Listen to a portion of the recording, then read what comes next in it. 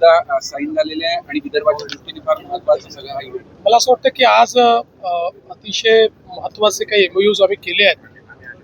विशेषतः यातला महिंद्रा अँड महिंद्राचा जो एमओयू आहे हा अतिशय महत्त्वाचा एमओयू आहे. पहिल्यांदाच ऑटोमोबाईल क्षेत्रातली इन्व्हेस्टमेंट ही विदर्भात नागपूरमध्ये आलेली आहे. महिंद्रा अँड महिंद्रा ही अतिशय आधुनिक नेक्स्ट जेन अशा प्रकारचं जे त्यांची कार आहे, SUV आहे, तिची फॅक्टरी इथे टाकते. ही इंटिग्रेटेड फॅक्टरी असेल ज्यातनं EV cars, next gen cars आणि त्यासोबत ट्रॅक्टर्स अशा दोन्ही गोष्टी असतील. ही इंटिग्रेटेड पद्धतीची महिंद्राची सगळ्यात मोठी फॅक्टरी असेल आणि यासोबतच छत्रपती संभाजीनगर आणि नाशिकमध्ये देखील ते इन्व्हेस्टमेंट करतायत. त्याचं अनाऊन्समेंट त्यांनी केलं आहे. जवळपास 15,000 कोटीची इन्व्हेस्टमेंट आहे आणि 1600 एकर जागा आम्ही त्यांना देतो. यामुळे मोठ्या प्रमाणात एम्प्लॉयमेंट तयार होणार आहे. तसंच या ठिकाणी स्मेल्टिंगच्या क्षेत्रामध्ये चांगली इन्व्हेस्टमेंट झाली आहे. EV ऑटोच्या क्षेत्रात इन्व्हेस्टमेंट झाली आहे.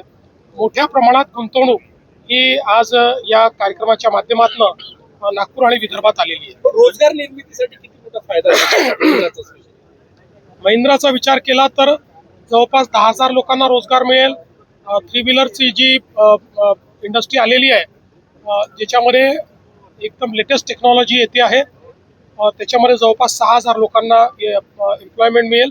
आणि तसंच इतरही बाकीच्या ज्या काही इन्व्हेस्टमेंट आलेल्या आहेत त्यातनं अजून 5,000 ते 6,000 लोकांना मोठ्या प्रमाणात एम्प्लॉयमेंट मिळेल. तुम्ही नवीन रेकॉर्ड केलेला आहे, काही मिनिटांमध्ये एमओयू करण्याचा रेकॉर्ड राज्य सरकारने केलेला आहे. विजेच्या स्पीडला असा उल्लेख झाला त्यात.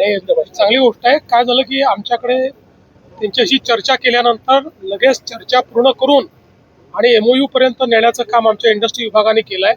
एक नवीन रेकॉर्ड आम्ही केला आहे.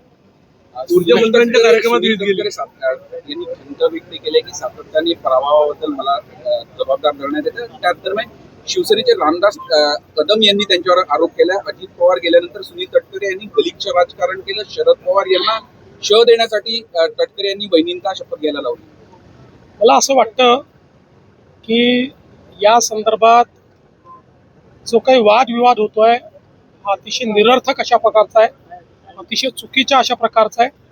प्रत्येक व्यक्ती केवळ स्वतःचं राजकारण याच्यात कसं पाहता येईल हा प्रयत्न करतोय, हे अतिशय चुकीचं आहे. बघा, शेवटी राज्याचे उपमुख्यमंत्री, राज्यातले एक अतिशय प्रसिद्ध व्यक्तिमत्व असलेले एक मोठे नेते अजितदादा पवारांच्या रूपाने दुर्दैवाने आपल्यातनं निघून गेले. पण त्यानंतर प्रत्येक व्यक्ती त्याच्या माध्यमातून जो काही राजकारण करण्याचा प्रयत्न करतोय हे अतिशय चुकीचं आहे. अशा प्रकारचं खालचं राजकारण बंद झालं पाहिजे. मेरा ठीक है